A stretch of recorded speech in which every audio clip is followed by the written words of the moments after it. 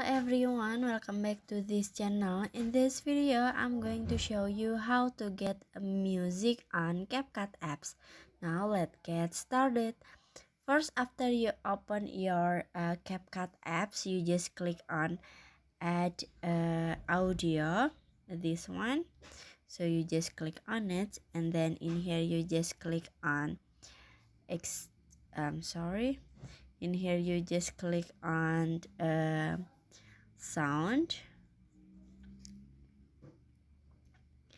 and after this you can click on three lies and love in here, and then in here you can see many song or many music on CapCut apps.